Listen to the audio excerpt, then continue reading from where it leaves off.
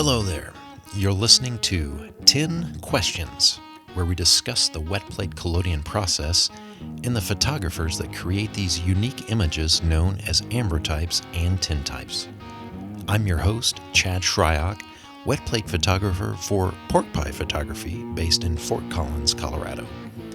In each episode, I've asked a modern-day practitioner to sit down with me and talk about how they got involved with this vintage process, share some information on their gear and studio, and provide some valuable insights into their creative process. So whether you're just beginning to dabble your toes in the collodion ethers, or you're a seasoned silver bath expert, hang on and see what develops with 10 questions.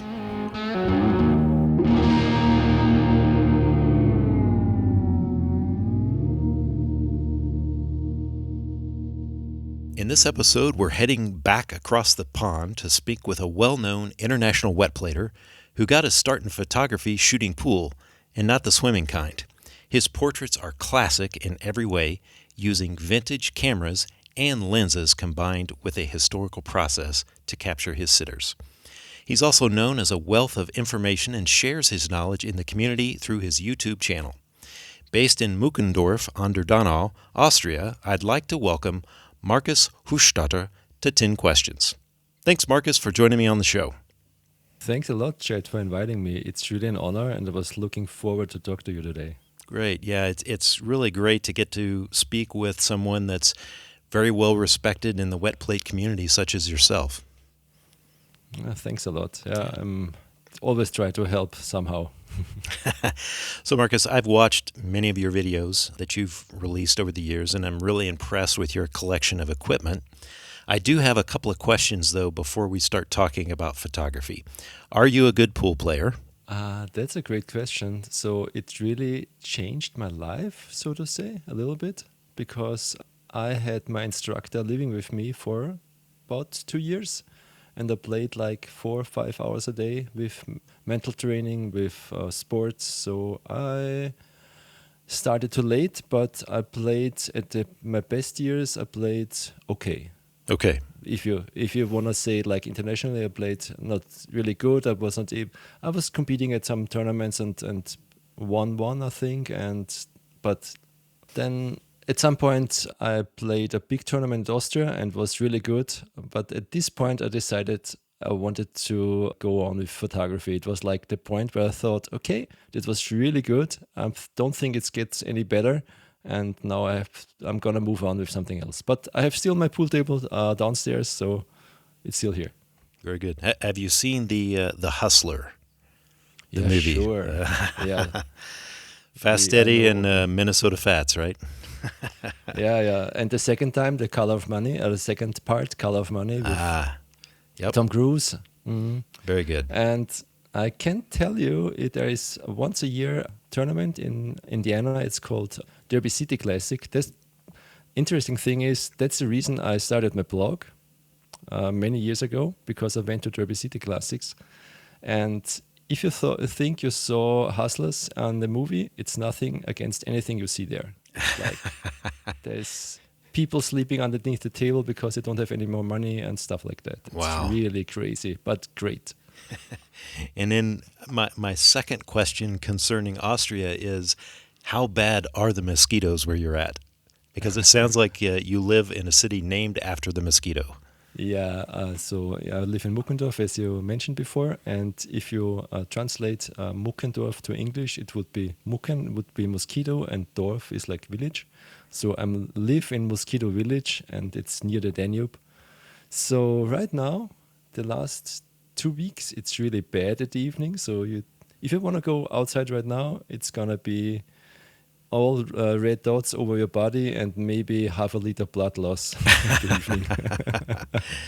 So a few years back, I was in Europe. I was staying in Florence in Italy, and I think it was January. So, I mean, it's kind of the colder months of sitting. I'm right there on the river that goes through Florence. I have the windows open. I'm like, oh, okay, I've been to Florence a few times. I know that the mosquitoes are really bad there, but I'm thinking it's like wintertime, they should all be dead.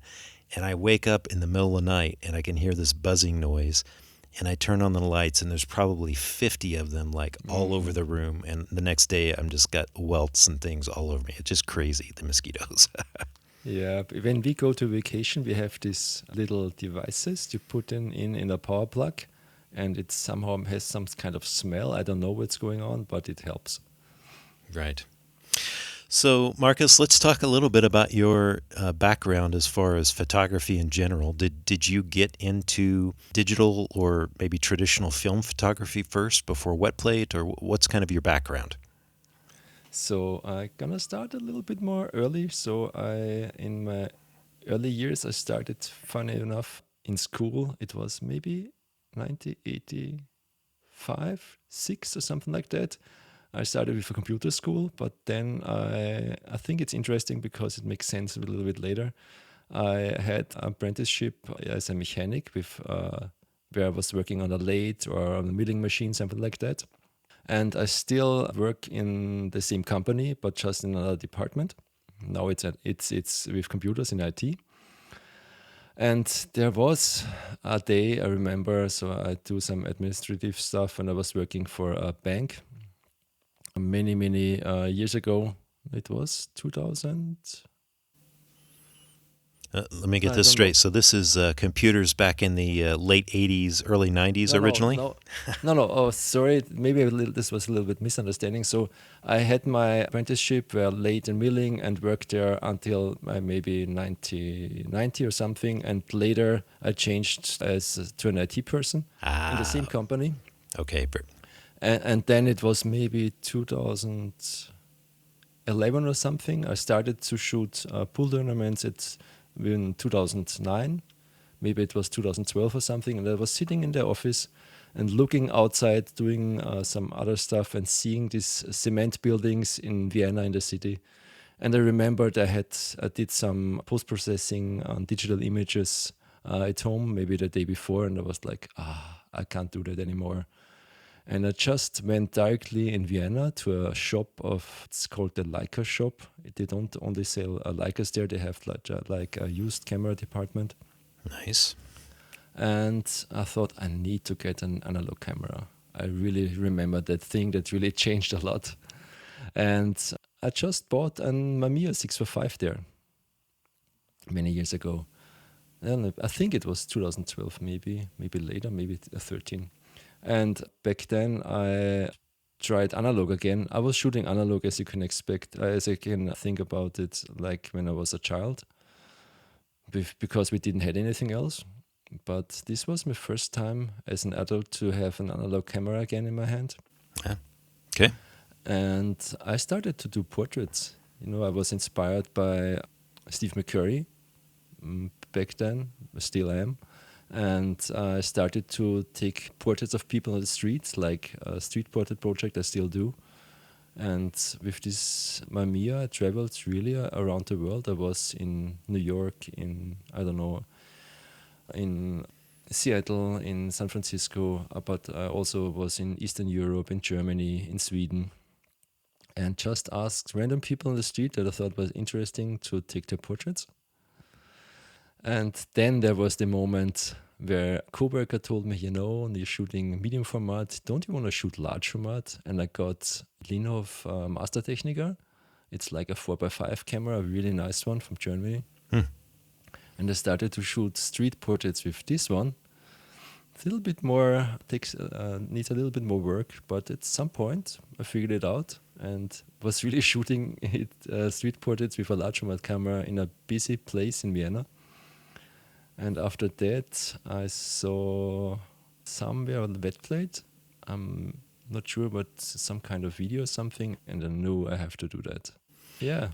Did you find that with the larger format camera that it was easier to get folks out on the street interested in what you were doing? I mean, it's probably something that a lot of folks don't really see in their day-to-day. Some guy hauling around a large format camera and saying, "Hey, can I take your picture?" Yeah, it's quite interesting. As soon as you ask somebody, I had really a good rate. Like I had maybe in my life 2 people who didn't want to get their portrait taken. Everybody else agreed.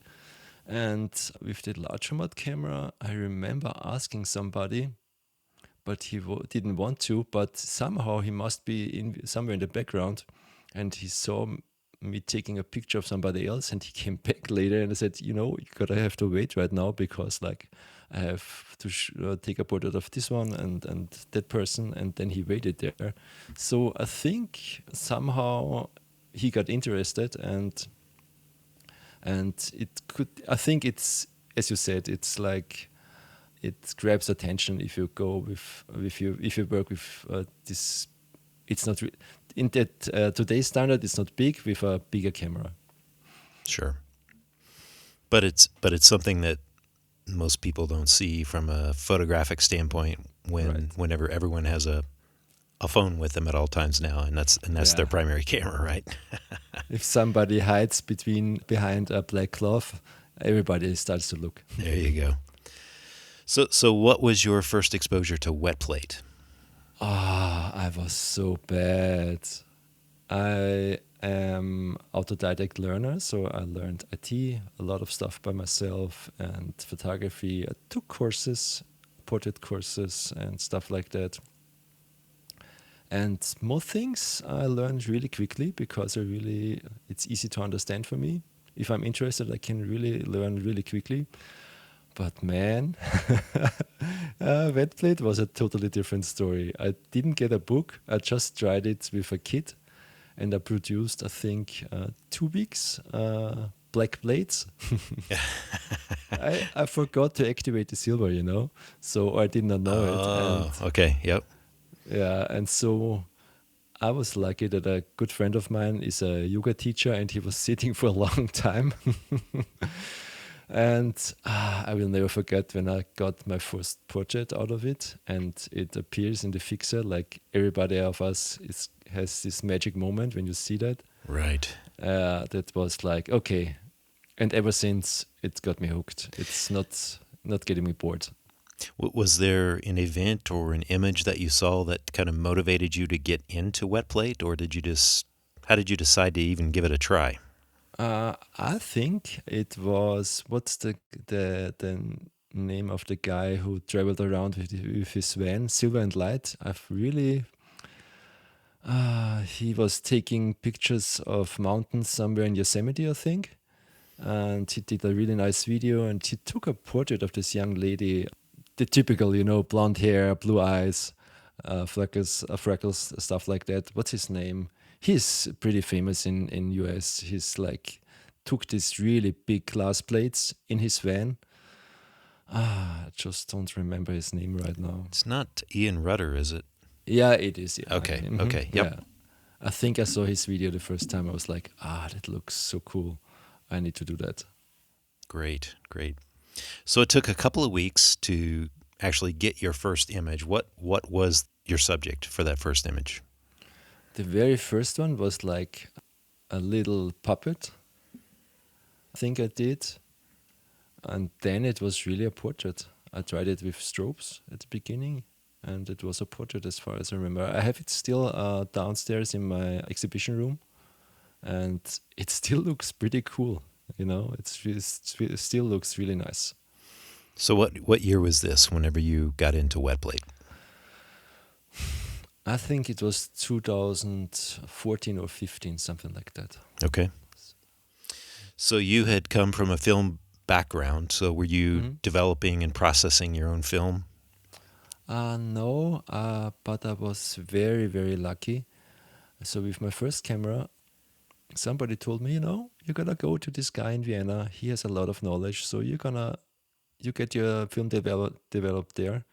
And his name is Mr. Wojcik, and he has like his lab since many years. I don't know, people were sending a film to him from other countries. He's really he knows his stuff, really. And he took, every time I brought a roll of film, he took like 1 hour with me and discussed everything.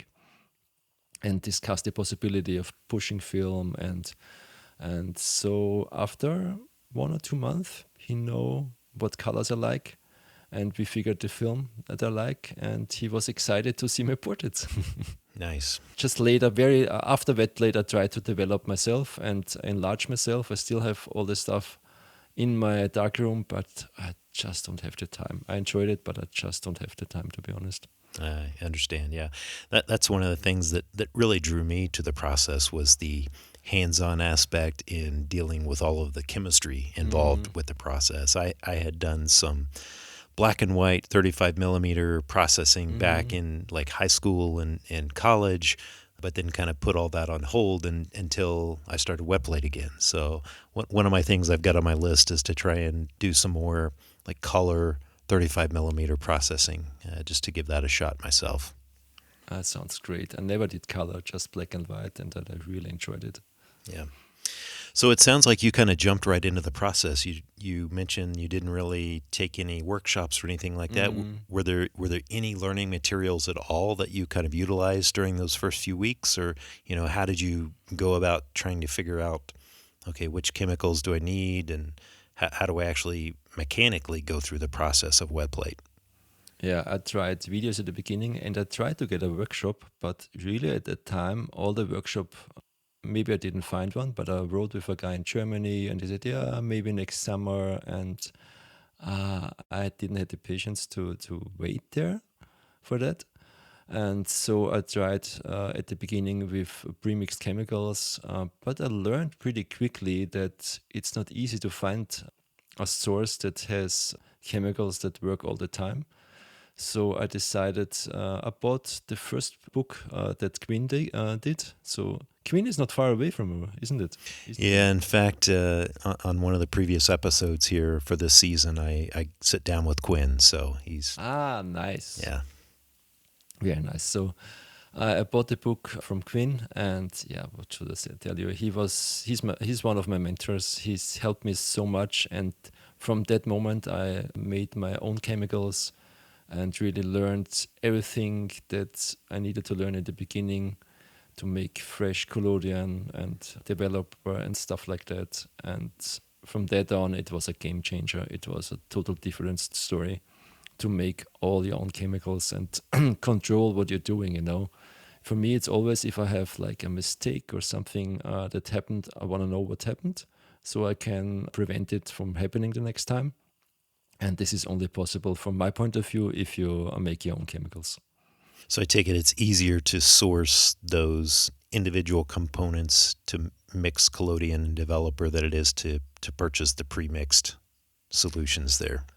It's a different story now. I always make everything by myself, but there's a guy in Germany who makes everything by himself. And when you order a pre-mixed kit, he tests every kit with a procedure. He exposes a slide film on it. So it's guaranteed that it's working every time because it's really testing every kit before he sends it out. So that would be an option for me because he's a good friend as well. But I'm still sticking to make my own chemicals because I'm used to it right now. That's great. I've done that a couple of different times, and I find that I just have much more consistency with kind of the pre-mixed kits, but not to say that I wouldn't go back to that if I had to, if I was having problems sourcing things. So I'm glad you've got it figured out. Yeah, and I'm enjoying to make everything by myself, like also repairing my cameras. It's like at the end of the day, if I make everything by myself, it's like I'm pouring myself on the plate. So there's like the cameras, the other stuff that I repaired or renovated on the chemicals. It's like I have the feeling every plate is a little bit more. In every plate is a little bit more from me in there because I made everything by myself. But it's just me, the feeling I have. That's great. That's great. Markus, I noticed that you shoot a variety of different subjects, whether it's portraiture, still lifes, or even the occasional self-portrait. Do you have any particular subjects that you prefer to photograph using wet plate? Yeah, it's always portraits. That's what I enjoy the most. The process of taking a portrait is just nice. What is it about a particular person that if someone comes to visit you and you take a look at them, you're like, oh, this is going to be something amazing? What is it about a person that you can tell right off the bat that they're a perfect fit for wet plate? Mm, for me, it's a little bit kind of a slower process because my portraits take quite some time because we sit together, we talk maybe half an hour, I have something to drink, and then maybe I even prepare a developer when they are sitting already in the studio and we talk. And I think during this time, I get a connection with the person, and then I find the thing that's interesting or that I can capture, if that makes any sense. It's sometimes it's like the first moment when I think, this is gonna be cool, this is gonna be nice, but sometimes it just takes time to figure out what's the one thing that will be nice about that portrait. Nice. How long is a typical session with you in your studio? It's if the person allows it, it's pretty long. Like I had these sessions with Masimba, and I think a session even with scanning can be 4 hours for one or two plates. Wow. It's not always like that. It can be 1 hour as well. And I had a day where I shot 22 portraits in 8 hours. So everything is possible, but I prefer this, going for a long walk after the shooting when the plates are washing and drying. And I enjoy it to really slow down. Very nice. I have also seen that you do wedding portraits. Mm-hmm. Do you feel like you're under any kind of additional pressure using the wet plate process to capture those types of images? Because you probably don't have as much time during those types of sessions.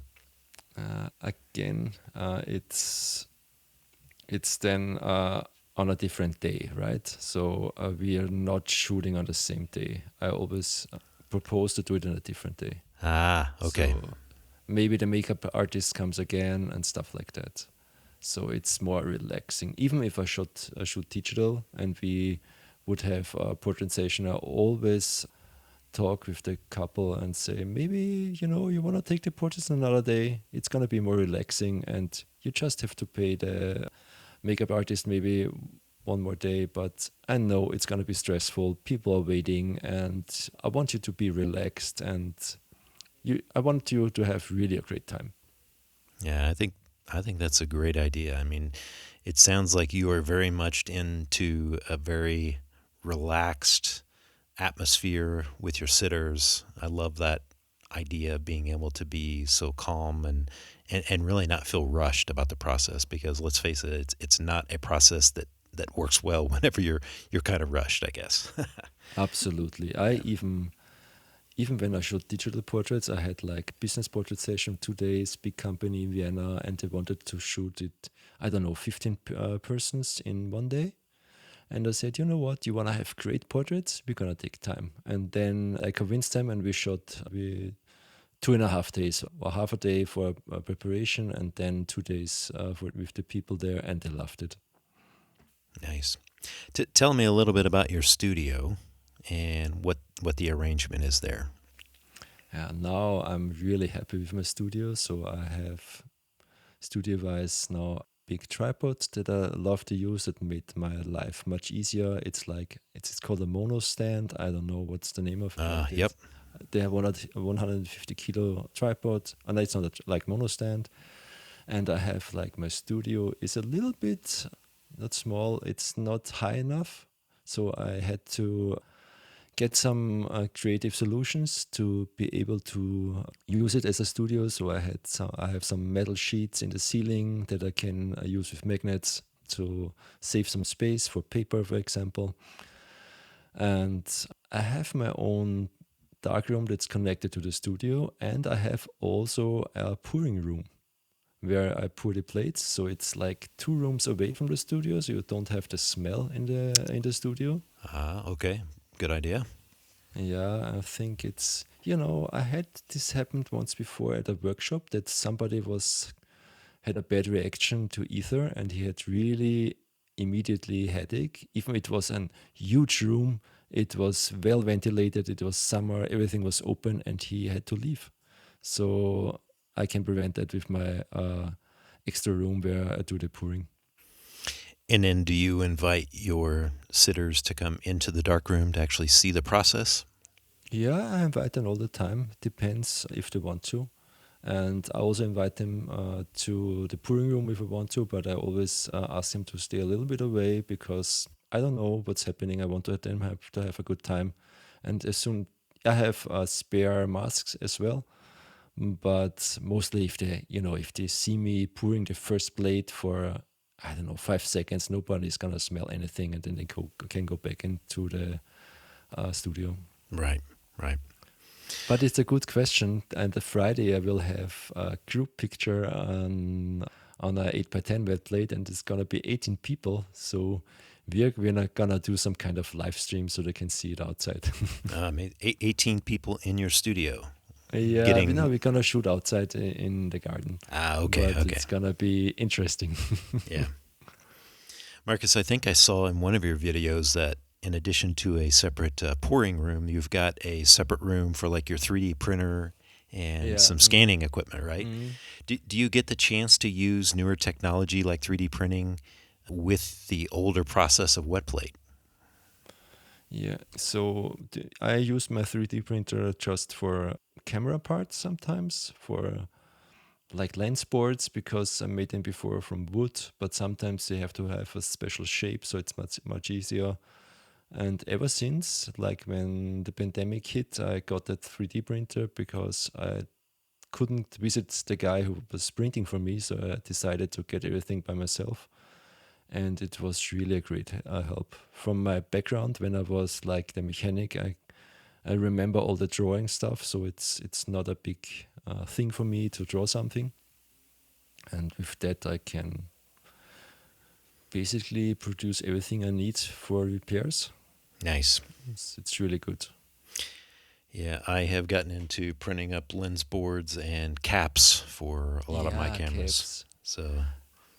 So then maybe I have great suggestion for a filament I have right now. Okay. I'm gonna will put it in my next video because I'm not sure how much the shipping will be, but it's like a PLA, but it's really tough and it really can survive 90 degrees Celsius. I'm not sure what's in Fahrenheit, but Okay. it can really take some tough temperatures, and I couldn't break it with my hands. And it's super easy to print, so you're gonna like that. Okay. I thought you were going to mention I know there's a PLA that is the wood fibers embedded in it, so you can actually Yeah. stain it and do some things. I've not experimented with that any, but I did, and it smells really good when you print with it. yeah. So let's talk about cameras. Let's kind of start with maybe the smaller cameras that you use for wet plate and work our way up. I know you've got some big ones there in your studio. Yeah, so the smallest one I used was the Mamiya 645, but it was not a success. But what I really use is my mini portrait Polaroid camera that shoots like 4 portraits on one 4x5 plate. Okay. It's really nice. It's fun. You can take 4 different portraits on one plate. It's a nice thing. It's a little bit tough because I think it has the lenses are f8, so you need a lot of strobe power. A lot of light. Yep. Yeah, and then I have my Linhof camera still, but I don't shoot much wet plate anymore because I have an 4x5 adapter for the other cameras. But I still have it as my backup. And then I have what I use sometimes and I really like. I got it on like a wet plate event, really cheap. It's a Mentor 5x7 camera, and it has a shutter, like a curtain, that works really well. And it's really like, have you ever seen a Linhof camera? I have, yes. Yeah, and in fact, I don't have one, but I've got an old Speed Graphic Graflex that has a shutter type arrangement in it, yeah, with a curtain. Yeah, but then you get an idea. This Mentor camera is like built like a tank, like the Linhof camera. Right. I had it hanging on my tripod, facing down for some food images where I had a chef in there, and we took wet plates of the food he prepared, and it was really hanging down the whole day, and it was like working like a workhorse. It was really nice.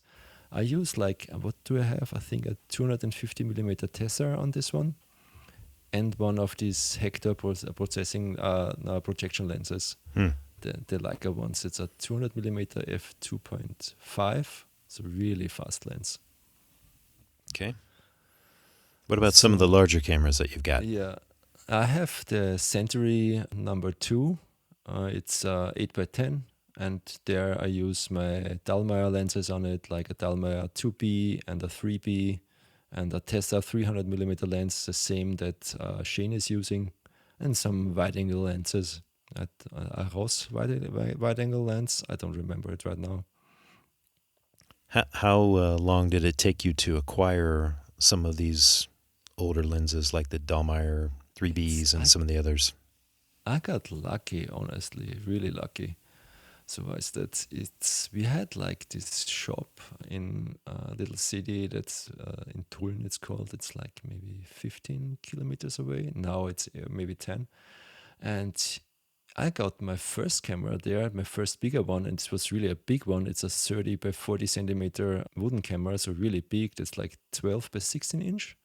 It's a really big one. Okay. And I bought this with the 2B, and with really nice 360 millimeter Voigtländer Universal Heliar. And I really didn't pay much for it. It was a lot of money back then because I had no idea what this stuff was. I think I paid like 800 euro for the camera and the lenses. It's like, if I think about it today, it's like nothing. But right. back then it was a lot of money for me because I did not know if it's working. And otherwise, it took step by step. I get most of my stuff from Dennis. I guess you know him. I do, yes. Yeah. Yep. And it's a trusted source, and the prices are fair. But to get everything together, I think like 3 or 4 years, something like that. And every time I had some leftover money, so to say, I got my lens. But interesting wise, I was so looking forward to shoot with the 3B lens. Everybody is loving this lens. Right. And lately, I love the 2B much more. You know why? Because it has a nice vignette, an 8x10 if you shoot portraits. It's not such a shallow depth of field. It's a little bit sharper because it's not sharper, but the depth of field is a little bit bigger because it's a 220 millimeter lens.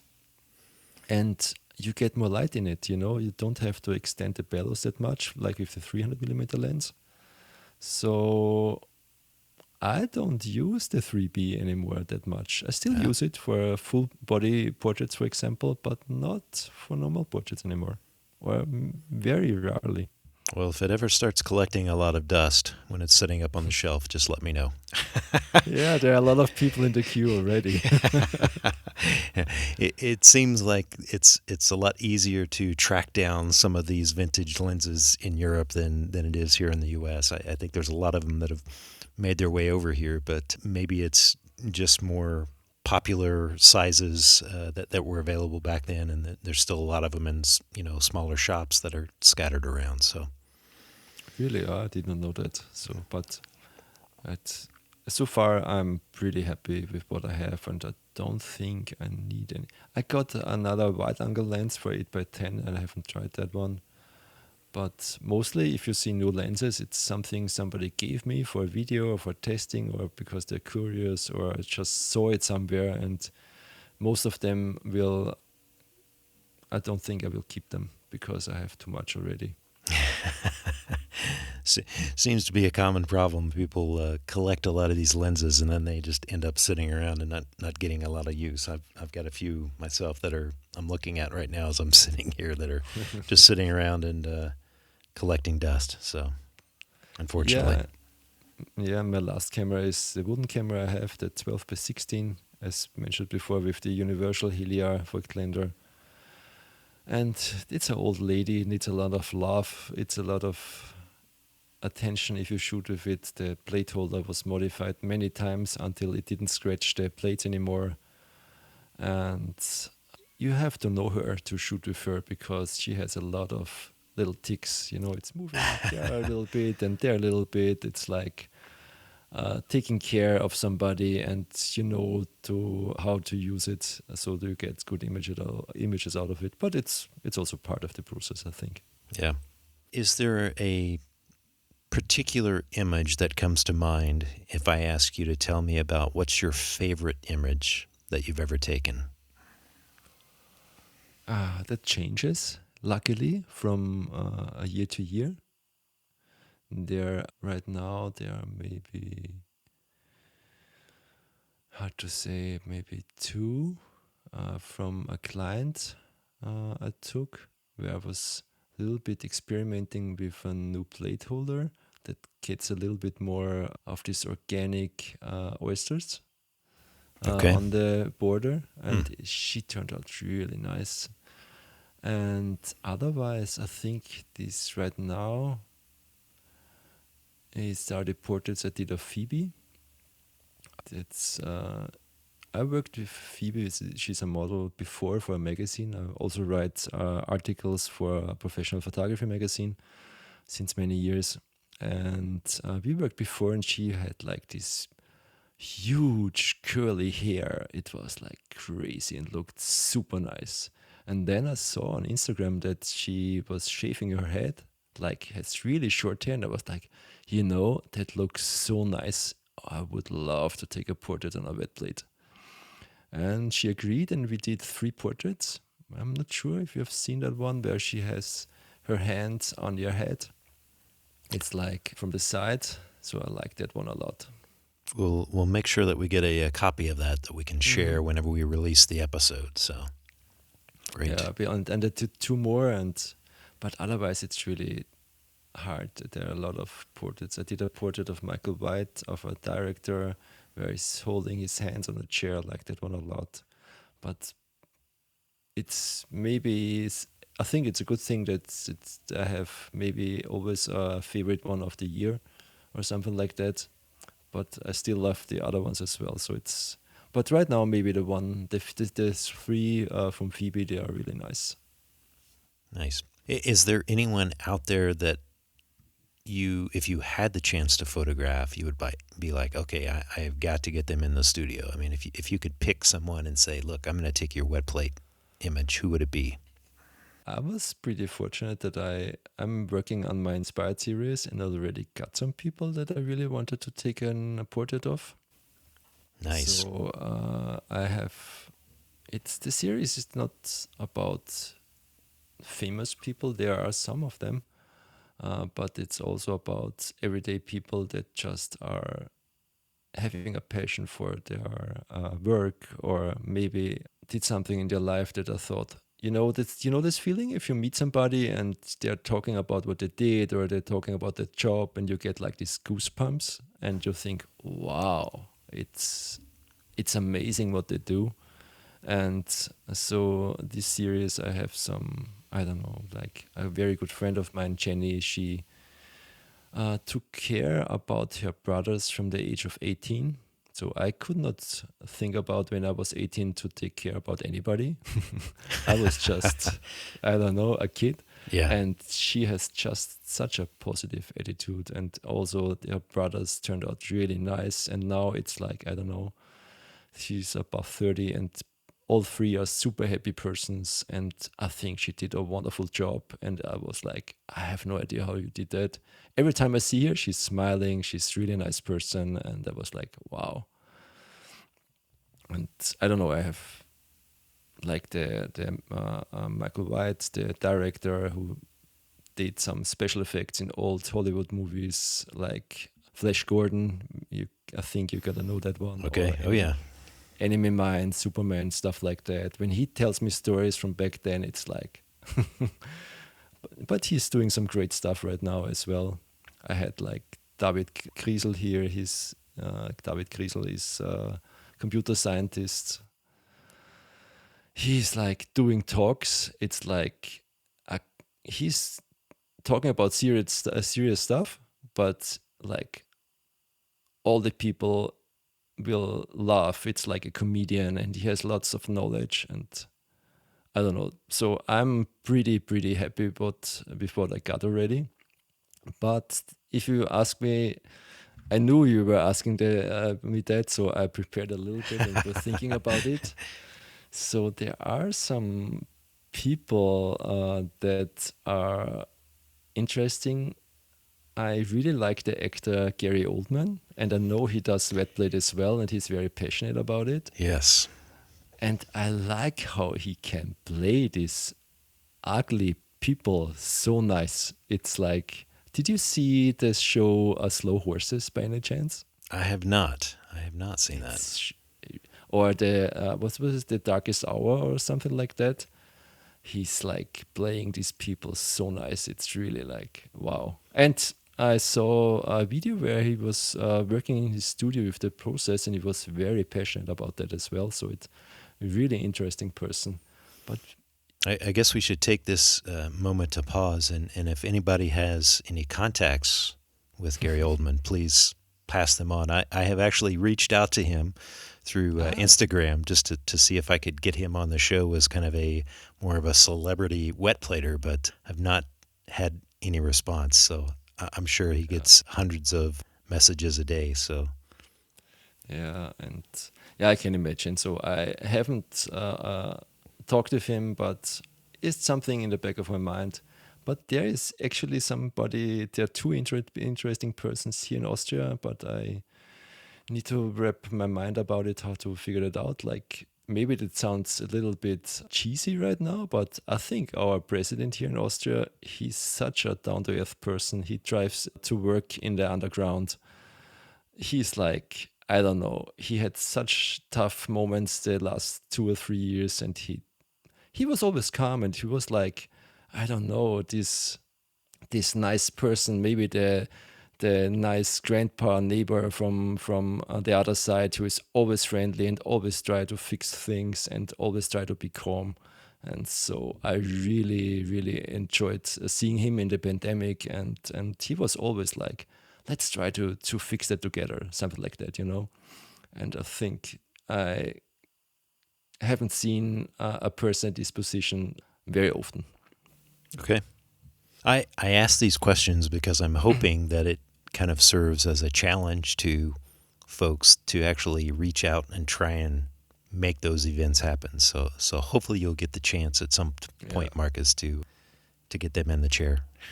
We will see. You know, it's right now I'm a little bit too stressed because I have to renovate my house. So I don't do anything like that, because if I'm not calm, my sitter will not be calm. So I'll have to get relaxed again, so to say.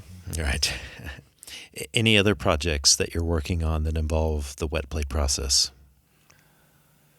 It's the right question, the right moment, because I have some videos coming up, but it is just like some fun stuff where I get bored pretty quickly, and I like to try some stuff, do some wet plate experiments, and try to find the borders or how much I can push the process, something like that. But portrait-wise, I feel a little bit empty right now. I need to find some good ideas for new portraits. I have the feeling, if I look at the portraits I see online and I look at my own portraits, that are great, but I want to find something new, something different, and I'm hibernating a little bit to get new ideas, so to say. But there is one event I'm looking forward to.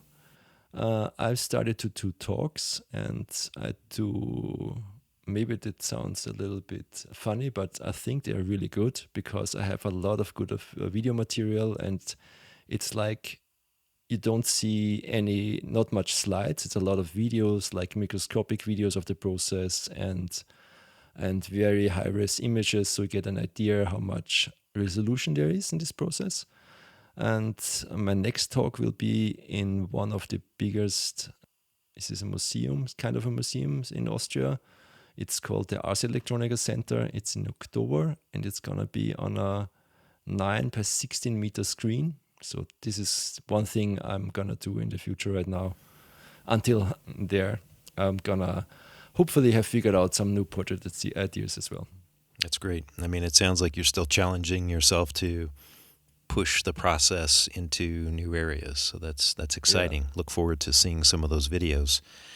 It brings up a good point. I mean, how do you stay motivated to keep using this process when there are so many other easier photographic methods available? Yeah, I have a habit that isn't always easy. So if I start something, I have to finish it as good as possible. So I have not, for me, there is not an option to give something up. This is still no option. And so way back, I built a 3D, a stereo camera. And I think I worked on it for 7 months. And it was very complicated to set up. But I did 2 portraits in 7 hours or something like that. And it was a lot of work. But I still enjoyed it. But it's somehow I just cannot stop if I start something. And combined with the process, it's really rewarding for me. So there can be the days where I think, okay, I gotta have to prepare the shooting tomorrow or something like that, or I have to make chemicals and stuff like that. And there's the moment where I'm super tired and I think, wow, I'm so tired. And then I go in the dark room and the red light turns on. It's like a switch is changing in me. And I'm smiling and I'm super happy and let's get it done. Nice. Well, that's great too. I think most people that are involved with the process understand that it is a time-consuming way to capture these images, but the payoff is definitely worth it. So yeah. I'm glad that you're sticking with it, even though it seems tedious at times. Yeah, I think what people are missing sometimes, it's not always success. It will never be.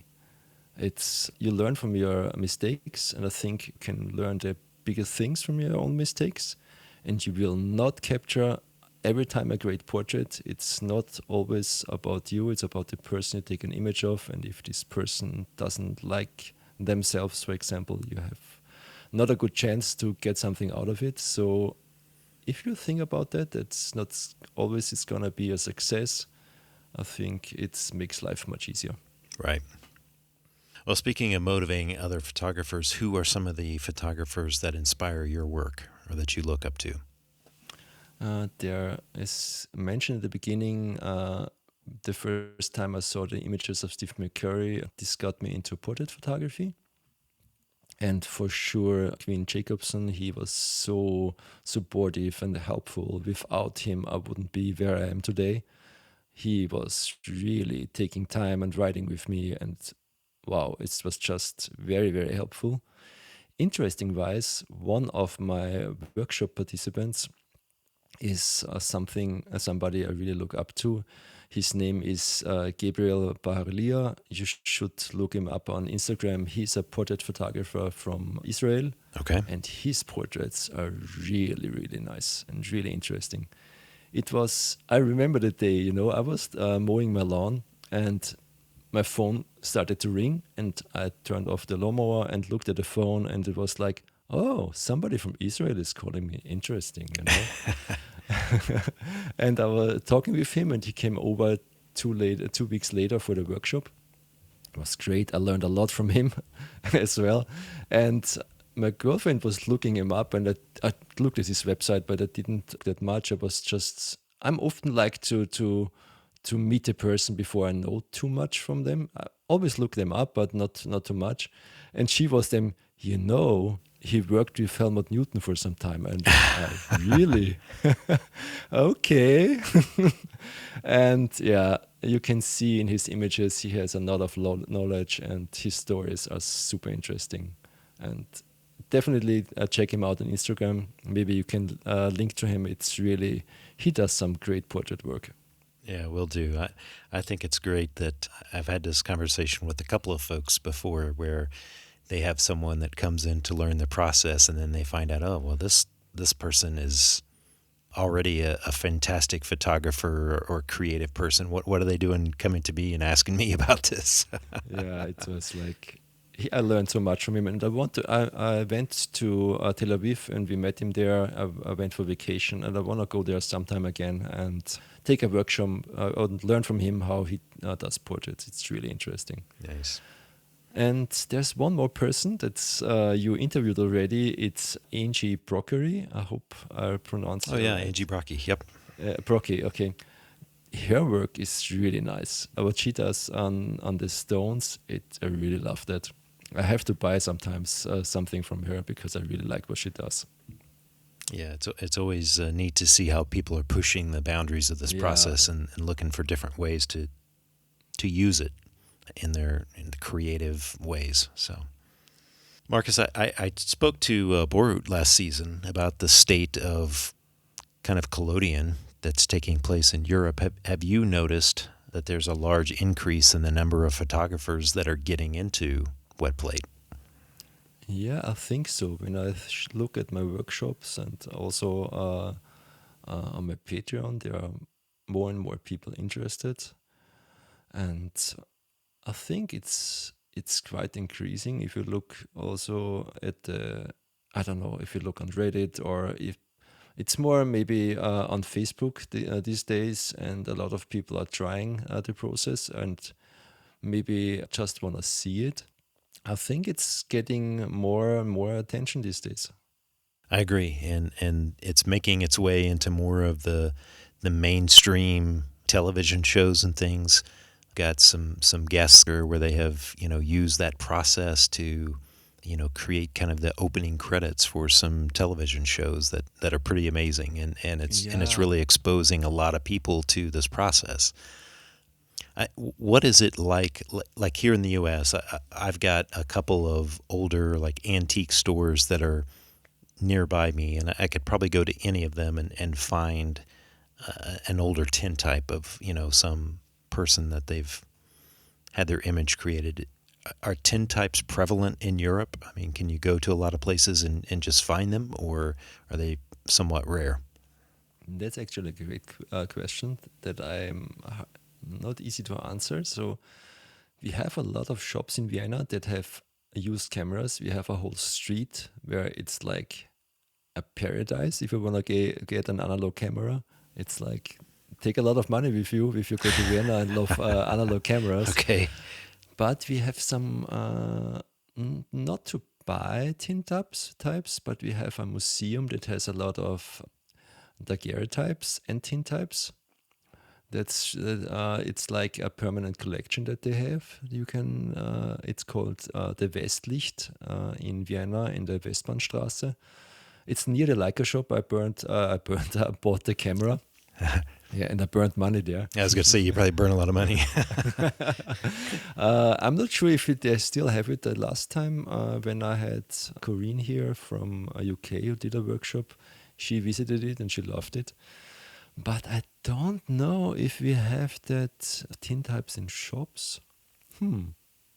It's a good question, but Well, I maybe in some ask antique because shops. there are so many people that if you say the word tintype, they have no idea really of what that is. They can't even tell you that is an alternative to a photograph, right? It's just not in I guess, the common vernacular whenever people are speaking about photography. People say, hey, if I was to walk up to someone on the street and say, hey, I'd like to take your tintype, they may not have any idea what I'm actually talking about unless they see my, a camera and all that set up there. So I was just curious as to, how common those types of images were, and as it regards to, hey, there are images that are being used now in television shows and movies, and people are curious about, well, what was that image that they were actually holding or was in that little case or whatever. And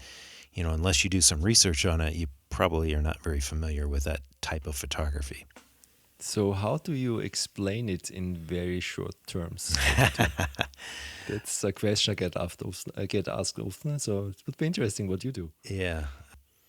I mean, I would say that if I'm trying to, like, I do a lot of demos for some of the high schools and things that are Mm-hmm. local here, and whenever I bring these images in, I talk a little bit about the history, as far as, hey, before this time Mm-hmm. frame, before 1839, there was really no such thing as photography. If someone Mm-hmm. wanted to have an image created of someone, then they had to either have a painter or someone sketch them or sculpt them or whatever the likeness method might be. But early on in the days of photography, there were people taking images on metal and glass, and the tintype was really the most common way, the cheapest way for people to be able to get an image of either themselves or people in their family and have a permanent likeness that they could share with other people. So that's how I kind of describe it whenever I'm talking to folks that are completely unfamiliar with the concept. That's a really good idea.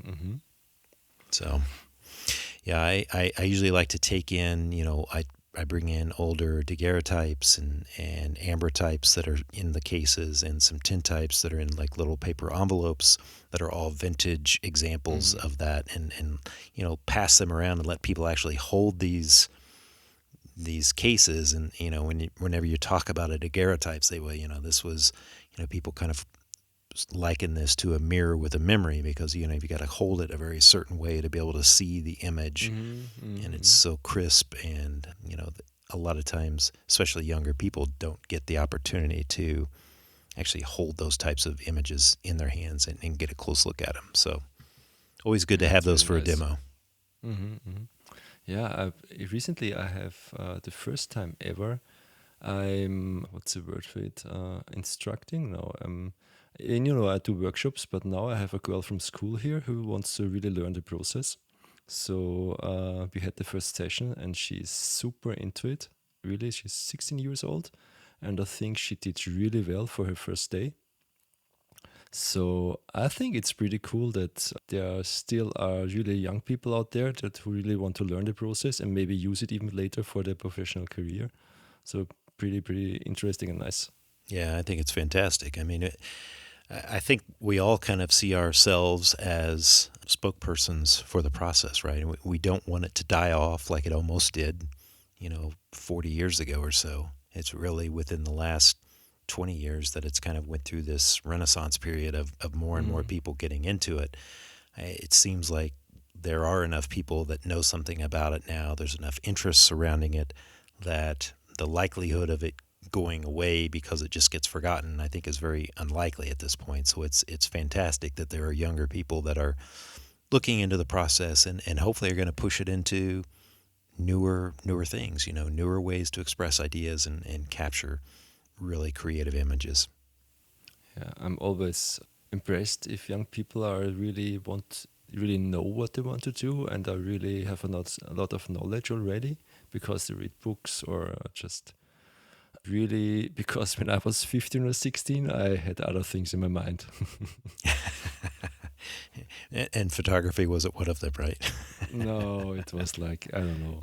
Yeah, but I think it's good to be a kid as well. But they are still, but I really like if somebody has a passion and really wants to learn the process, that's really something I appreciate a lot.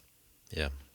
So, Markus, you are a publisher of some really great content on YouTube that ranges from equipment reviews to troubleshooting techniques, other really great information about photography in general. What's your motivation for creating not just really quick iPhone videos, but I mean, these are well-produced video content. I mean, it's got to take a lot of time to do these short videos that you produce. Why do that? Why go through all the hassle? So actually, the last 2 years, they are all shot on an iPhone, even if they don't look like that. And well, they're not the normal like a TikTok video. Let's put it that way. No, they are not. I'll do them as well sometimes, but only if it doesn't make sense to make a full video of it. But some of them maybe are selfish because it's like a documentation for myself, so I can look at it when I'm older again, if that makes any sense. But some other of them are maybe something where I struggle with, and I think, no, I'm gonna capture this right now when I repair everything because capturing with the phone is not that much work right now. And yeah, at the post processing is always a lot of work. And so maybe I can help somebody else so they don't make this mistake again. And like some time ago I made this video about the dangers of wet plate photography, because I had so many people asking me really stuff where I was worried about them. And or maybe they did disposal really wrong because they learned in a workshop they can put everything down the drain or something like that. I was like, no, you cannot do that. Wow. And sometimes it's a motivation like that, and otherwise I think it's just interesting to see that an image or a project or something like that, there's a lot of work behind it, so it turns out good or okay. Sometimes it doesn't turn out really good, but it can also be a lesson, I think. But my more educational videos are just to help others, I think. Well, I think they're a great resource for folks that are wanting to learn more about the process or see it firsthand. And the quality is excellent on these videos. So I applaud you for that, and thank you for your efforts. I know it is a lot of work to create that type of content. So keep it up. Thank you so much. Yeah. It means a lot. Yeah. What's the best piece of advice that you could give to someone that's really starting out with wet plate or interested in getting into the process? Really is to the best piece of advice is to go to attend a workshop, to be honest. A good workshop, ask what they are teaching, ask if they are teaching about maybe the history, maybe how to use protection like masks, stuff like that, if this is included in the workshop. Ask, I think it's really try to figure out, maybe look around if there are different persons who offer something like that. Otherwise, my advice would be take it slow, take your time. If it's not working, don't force yourself to try again, again, again. Just sit down, sit back, maybe read a book again, or maybe go through your mind and think what you have done and what you have changed. And after 2 or 3 days, try it again. Because sitting there and trying again and trying again and trying again and making the same mistake you don't know maybe again will frustrate you at some point. And so if you take some time and step back, and this could help. Yeah, I guess that's really good, and I think you're a great example of that. I mean, there are a lot of folks, and myself included, where we kind of got lucky on the first go. But it sounds like, you had a couple of weeks of, hey, I'm just creating blank plates this entire time. What's going on here? But you stuck with it and you figured out those problems, and now you are creating fantastic images. And so I'm glad that you decided to stay with it as well. Thanks a lot. Yeah. Yeah, I recently had like one of my workshop attendees. He's going big. He's now a camera that's 16 by 20 or something like that. And he's a little bit like me. He just cannot stop. He wants to figure it out. But I told him as well, just relax for 1 or 2 days. Sit at home, think about it again, and you'll figure it out. That's great. Well, Markus, I appreciate you being on the show. How do people that want to see your work or maybe get in contact with you about having their portrait taken, how do they make that happen? Yeah, the easiest way is just go to my website. It's mhaustria.com, all in one together. MH like my name, Markus Hofstätter, Austria for the country.com. You can find there my phone number, a contact field, and just write me an email or just call me. I think calling me is always a good idea, so we can talk about it and I can figure out what you want. I think that's a good start. Otherwise, with the same name, you find me, I think, on every social platform that is right now, somehow. Okay. Yeah. Like I have my Patreon, there I am, MH Austria, like on YouTube, on Facebook, on Instagram, on Twitter. Recently I started TikTok as well, but it's just a test because I'm interested to see what's happening there. And maybe if you want to read something, if you like a lot of wet plate articles, you find me also on Flipboard at MH Austria, and I have their magazine. I will invite you, Chet, to I post there your podcast all the time. It's I think I post there now since 1.5 years or something. So it's a pretty big magazine about wet plate articles, videos, podcasts, and stuff like that. You find me there as well. Great, great. And as far as the workshops that you do you have a set schedule, or do you just kind of arrange those as people get in contact with you? Yeah, I do both. I offer sometimes group workshops on other locations, but for the people, it's mostly cheaper and easier to come to my studio, and we just arrange something when they have time. And with that, I can really focus on the thing they want to learn. So we don't have to go a specific way. So I can really figure out what they want to learn, what they want to do later, if they want to just have a wet plate experience for one day, or if they want to start their own studio. And so we can focus on that, what's important for them. Very good. Well, thanks, Markus, for being on the show. I appreciate you taking the time this evening to meet with me. And again, I do appreciate you being such a fantastic resource for the wet plate community. Thanks a lot, Chet, for having me. It was really a pleasure, and I'm looking forward to your next podcasts. I'm looking forward to hear people are looking forward to hear Queen, actually. It's going to be very interesting. Very good. Thanks a lot for having me. Yeah, thanks, Markus.